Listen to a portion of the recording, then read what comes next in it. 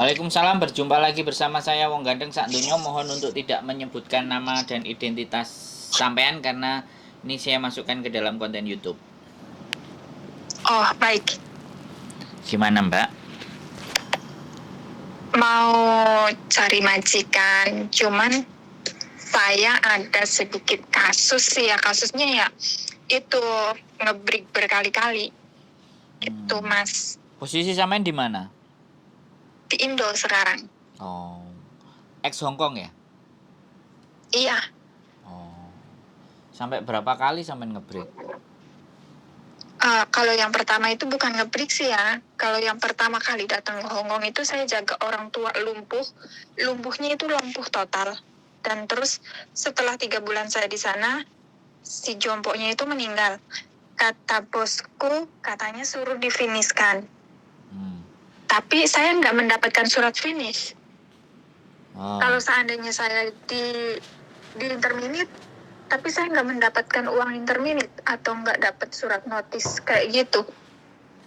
Cuman setelah itu saya dikeluarkan, dipulangkan ke agent, terus kata agent suruh cari majikan baru.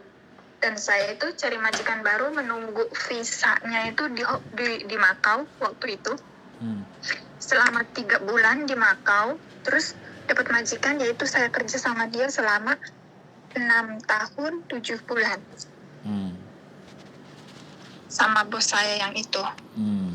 Terus saya udah pulang ke Indo. Dan pulang ke Indo ya cukup lama sih, 1 tahun lebih. Baru saya dapat majikan lagi. Nah, di majikan yang ini saya itu yang notis, ngebreak. Bukan ngebreak, notis. Kerja 7 bulan, saya itu ngebreak karena yang saya jaga itu gangguan mental. Gitu. Suka mukul ini dan itu, jadi saya nggak betah. 7 bulan di situ. Dan saya kerja lagi di Tunmun. Itu selama 2 tahun menjaga orang tua juga. Itu finish. Nah, setelah ini baru saya kerja lagi, ganti majikan. Itu saya putus kontrak gara-gara saya kena COVID. Itu putus kontrak selama 13 bulan. Nah, jadi hitungannya saya itu putus kontrak 3 kali sama yang pertama itu loh, Mas Andro. Nggak ada masalah, Mbak. Sampean pernah finish kok. Oh, jadi nggak ada masalah ya? Jadi sampean pulang Indonesia itu data udah nol lagi harusnya. Tapi kan pulangnya baru kemarin. Iya, jadi gini Mbak. Hongkong kan peraturannya adalah orang yang terminate kontrak. Terminate kontrak itu bisa break, bisa interminate. Terminate itu putus. Putusnya kontrak itu diakibatkan si CC-nya sendiri yang pingin pergi atau majikannya nggak suka sama CC-nya, kan hanya 2 hal itu toh. Nah, peraturannya kan dengan 2 hal itu kan tetap CC harus pulang ke Indonesia, ke negara asal toh. Dan majikan wajib membelikan tiket. Selama sampai sudah break dan sampai pulang Indonesia itu sudah gugur tugas, tinggal balik lagi ke Hongkong lagi. Catatan Hongkong sudah clear, nggak ada masalah.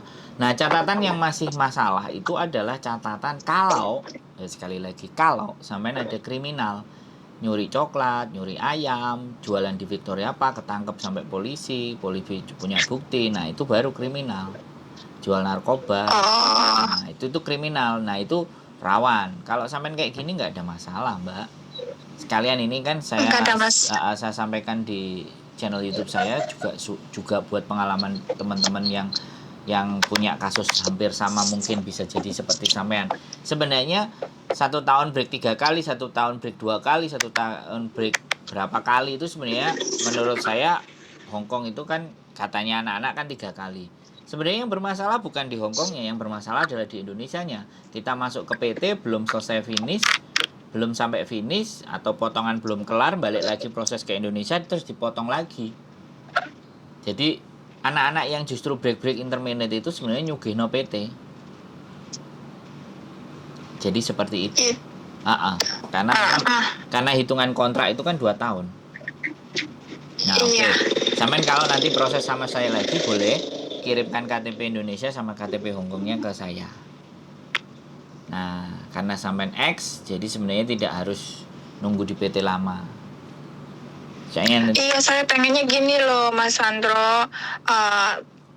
Pengennya calling visa gitu, sistem calling visa gitu. Bisa bantu nggak? Sampean ngerti nggak calling visa itu kayak gimana? Nggak ngerti, cuman sengerti saya nggak harus masuk PT lama-lama, cuman Iya. apa tuh namanya, medical, terus pinjer, setelah itu pulang nunggu visa di rumah, kayak begitu. Sampean ini di Hong Kong apa di Indonesia? Di Indonesia. Lah ya kalau di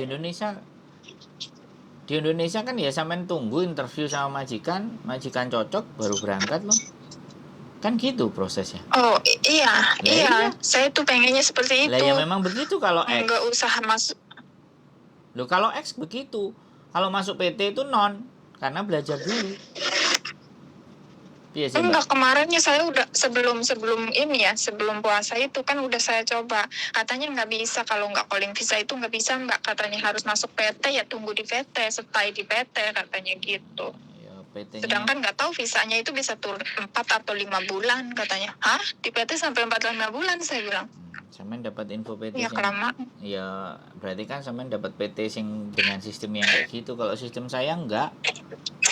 Kalau sistem saya ya, ada 2 PT, yang satu dokumen diminta semuanya, komplit lengkap, udah masuk dokumen. Di data ditulis, di interview, foto, terus dimintain video, jauh siki jiki xiao apalah. Pengenalan itu apa namanya? Kau jiki apa namanya? Ais. Aku gak bisa bahasa kantor. Sampean kan udah tahu. Nah, paling diminta video itu terus dikirim ke majikan misalnya ngelihat postur fisik sampean cocok, telepon lo, interview cocok, ya udah proses ke Hong Kong, habis itu bisa turun sampean dipanggil lo. Gitu ya Mas Sandro ya.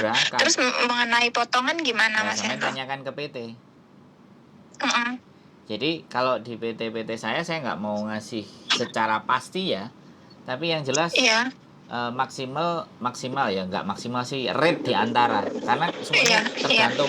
Anak-anak ada minta uang saku dan ABCD bla bla bla, aku nggak ngerti, atau datanya nggak komplit atau apa, itu kan jadi berpengaruh gitu loh. Kita 2.000 sampai 2.300 rate. Berapa bulan? 6 bulan pastinya. Oh gitu ya. Iya. Kemarin baru laporan sama saya, ada lagi anak-anak yang nyampe di Hong Kong 3.200. Wah, silakan dilaporin. Mahal banget. Iya, ada yang kayak gitu. Tapi yang punya saya enggak. Ya di angka segitu rate. Kalau PT yang Mas Sandro punya di daerah mana? Ada 2. Jombang sama Bekasi. Oh, enggak ada yang di daerah Indramayu ya? Ya, Bekasi aja. Gini loh Mbak, PT, sekali lagi, PT itu kalau orang X, ya kan, itu enak, nggak usah harus ke PT. Ke PT-nya nanti kalau visa udah mau turun. Bisa dipahami nggak? Ini loh yang harus anak-anak X ngerti itu ini gitu loh, ngerti nggak? Nah, kalau sampai masuk ke PT yang dimana harus tunggu 4 bulan 5 bulan, dianggapnya anak baru. Nah, aku nggak ngerti itu PT, bener-bener PT yang bener kan, bisa jadi kan harus mengalami proses dulu lagi kayak dulu lagi ya. Menurutku ya nggak ada masalah, kalau kecuali sampean yakin sampean sudah bisa semua, ya sampean tinggal cari PT yang lain aja kan bisa milih selama dokumen tidak ditahan. Oh gitu ya. Nah, iya dong. Betul. Lah punya saya kan yang di Bekasi nggak nahan dokumen. Oh. Jadi kayak gitu Mbak. Itu daerah Bekasinya itu gimana ya Mas Sandro? Ya nanti sampean ada yang nelpon Mbak. Aduh, kan aku sekali lagi kan orangnya baik. Yang nelpon sampean, nanyain sampean, data sampean. Yang saya minta cuman foto KTP Indonesia sama KTP Hong Kong. Tujuannya apa? Kalau suatu saat sampean ada bermasalah, saya pegang KTP sampean. Karena rata-rata anak yang bermasalah itu kan kita kesulitan mencari KTP-nya, sehingga nggak bisa lapor ke imigrasi, nggak bisa lapor ke imigrasi, nggak bisa lapor ke kantor polisi, nggak bisa lapor ke KJRI. Anak-anak yang gila-gila itu kan nggak dibawa KTP-nya. Begitu ditangkap, anak ini nggak punya identitas, gimana? Tapi kalau sampean fotonya ada, KTP aku pegang, begitu suatu saat nanti sampean gila, aku nyarinya kan gampang, bener nggak? Iya, betul. Makanya kan kadang-kadang di situ gitu loh, anak-anak itu menyepelekan hal itu gitu. Dan PT-PT yang memproses itu rata-rata pada mau nggak mau bertanggung jawab lah. Saya kan posisinya di Hong Kong. Sampean punya masalah kan Mm-mm, saya pegang data sampean. mm-mm, Yang penting, betul. nah sudah hampir 1 tahun ini saya ngonten. Nggak ada yang bilang KTP-nya kepake untuk barang-barang yang nggak beres, nggak kena. Berarti kan saya bisa dipercaya, Mbak. Karena Iya, bagi betul. karena bagi saya sekali lagi tidak ada nilai harga uang selain lebih besar daripada ketika kita dipercaya. Uang akan datang ketika kita dipercaya. Tapi kita sudah nggak punya uang, nggak bisa dipercaya, ya nggak bakal datang tuh uang. Iya, betul, betul. Betul banget. Jadi kuncinya itu dipercaya dulu lah. Apalagi saya naik ke konten. Orang mau ketemu saya, orang lihat muka saya, omongan saya apa di konten kan bisa. Iya, betul. Nah, Betul, Mas. ya begitu. Makanya monggo kalau Ah, memang sampean eh, merasa percaya dengan saya, bisa saya boleh bantu, boleh. Kalau mau banding-bandingin sama yang lain silakan. Karena saya bukan Farel, jadi boleh dibanding-bandingkan. Jadi bukan tidak boleh. Kalau Farel kan tidak mau. saya jadi ketawa. Loh iya dong. Ngomong sama saya itu harus rileks, harus santai, logikanya masuk, dibuka, cara berpikirnya gitu, Mbak. Jadi nggak Iya, maksa. Dan saya kan bukan sponsor gitu loh. Saya bukan PL, ya kan. Sampean yang nelpon saya kan gitu. iya, betul. Yang Ya udah, kalau uh-uh. begitu nanti dikabarin lagi deh sehabis Lebaran ya, Mas Iya, Hendro ya. terserah sampean. Manuk. Salah, Mas Sandro. Oke, kontak-kontak pokoknya ada sesuatu hal biar enak Oke, komunikasinya. makasih. Oke, Yo, makasih oke, Mas Sandro. yo, bye bye. Assalamualaikum. Waalaikumsalam. Oke, terima kasih teman-teman semuanya. Sekali lagi, keep stay tune in my YouTube channel and see you next video. Bye bye.